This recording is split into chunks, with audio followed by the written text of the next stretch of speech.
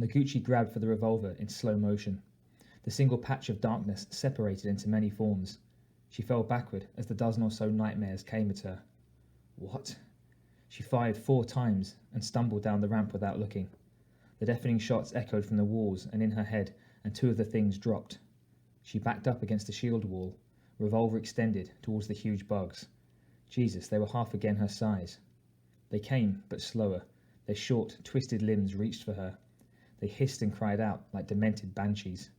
Double rows of teeth snapped and dripped a clear, slimy mucus.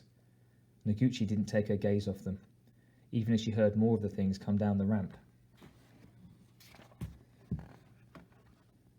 She was going to die. She panted shallowly and backed farther up into the incline, revolver heavy in her trembling hands. Another of the bugs rushed forward with a scream. She jerked the trigger again and again. The thing howled in fury and pain and fell. She fired again, only the shots were quiet, dull clicks. The gun was empty. Was there more ammunition on the belt? Did she have time to reload? Yes? No? The nightmares advanced. She backed up, her last moment of life. Nothing flashed before her eyes, save the horror coming for her. No memories, fond or otherwise, came to haunt or comfort her. She was in the moment, and in this moment, the leading bug cried out and jumped. And a hollow thump sounded behind her, as if something had imploded. A rush of heat stirred her hair, and the creature closest flew backward in a rain of hissing liquid, its head gone. The horde screamed in unison, but stayed at the bottom of the wall, their dark limbs clattering on the ground in anger. Naguchi risked a glance behind her. The dragon? It was the monster, masked and armoured. It held the spear with the broken shaft, except it was whole now. The long pole mended. The heavy dark weapon it held was slightly different. It wasn't the creature from the lab.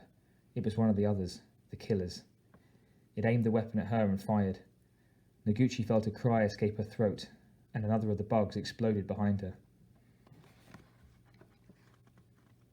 She looked back down at the advancing army and felt a rush of air again behind her. The monster warrior leapt over her and landed on the pack of seething black bugs. Naguchi could do nothing but stare. The dragon fell into battle, its movements so swift she could barely follow them. The savage spear sliced and cut another bug in pieces. Another shot from the strange weapon, and dismembered limbs clattered to the ground. The blood of the dark spidery bugs hissed and melted into the plasticrete. Some kind of acid? She couldn't tell from the screams which was which. As the warrior spun and hacked 2 of the bugs at once, a flash of Naguchi's childhood came to her. Samurai. More of the bugs came down the ramp, scrambled wildly to get at the warrior. Naguchi, still unable to move, looked on at the storm of death and battle. Gakayon had been sent in to scout, but the hunting he had found was too good to walk away from. Here was a sickly pale Ooman with no defence. He had watched as the cowering woman Ooman's small burner died. Then, as the Kaindeameda swarm approached the Ooman, it did not seem able to defend itself. Where was its spear, its wrist knives? This terrified creature was the monster of which he had been frightened as a suckling. It was a joke. The Ooman would stay a day without him. He would save the ugly creature for later. First, the hard meat.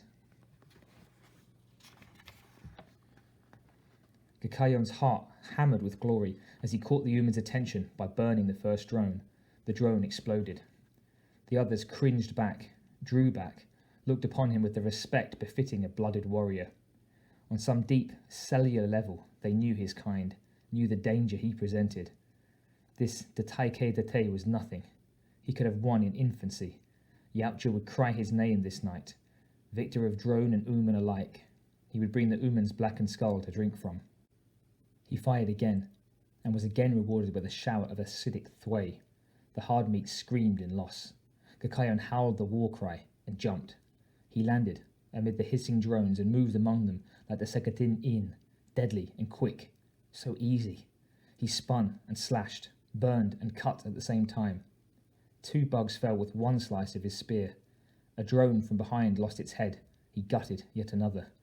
He was Paya, the conquering warrior. Thwei ran at his feet. The hard meat shrank in terror. More came at him, a relentless flow of fury and sound. He pivoted, hunted, His every movement was an arc of doom and pain. Naguchi gulped air and pushed herself backward, toward the top of the shield wall. The warrior was a dervish of wild energy and prowess. The nightmare creatures fell all around him. But more monsters flooded toward him, and despite the fighter's speed and strength, he fought poorly. He hadn't allowed for any outcome other than victory. It was as if he were a karateka who had mastered kata, but had never faced an opponent in actual combat. The clamouring dark animals surrounded him, pulled him down. The warrior struggled, but to no avail. One of the giant bugs ripped off his mask with one spidery, clawed arm and plunged its razor teeth forward. Naguchi scrambled backward and to her feet, atop the wall. She ran back towards the complex and didn't look back. The cries of hunger and triumph followed her, told her the warrior was no more. What were these things?